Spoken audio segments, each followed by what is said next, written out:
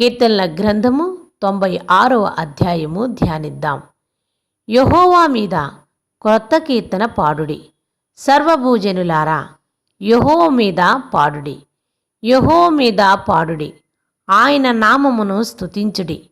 అనుదినము ఆయన రక్షణ సువార్తను ప్రకటించుడి. అన్యజనులలో ఆయన మహిమను ప్రచురించుడి. సమస్త జనములలో ఆయన ఆశ్చర్య కార్యములు ప్రచురించుడి.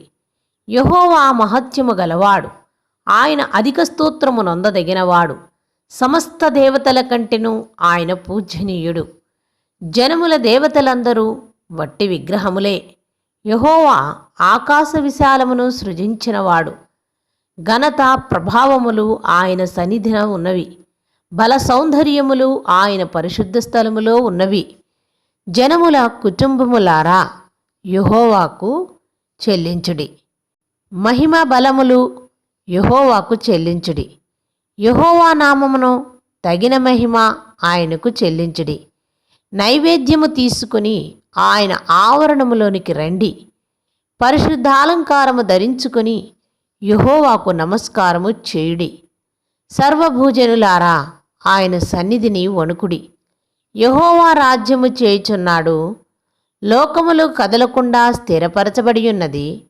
న్యాయమును బట్టి ఆయన జనములను పరిపాలన చేయును. ఈ వార్తను అన్యజనుల్లో ప్రకటించుడి. యెహోవా వేంచేయుచున్నాడు.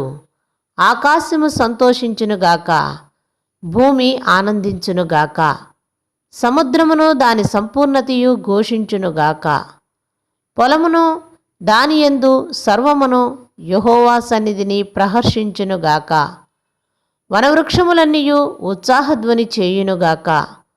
భూజనులకు తీర్పు తీర్చుటకై యెహోవా వేంచేయుచున్నాడు.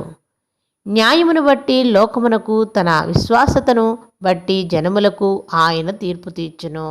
ఆమేన్.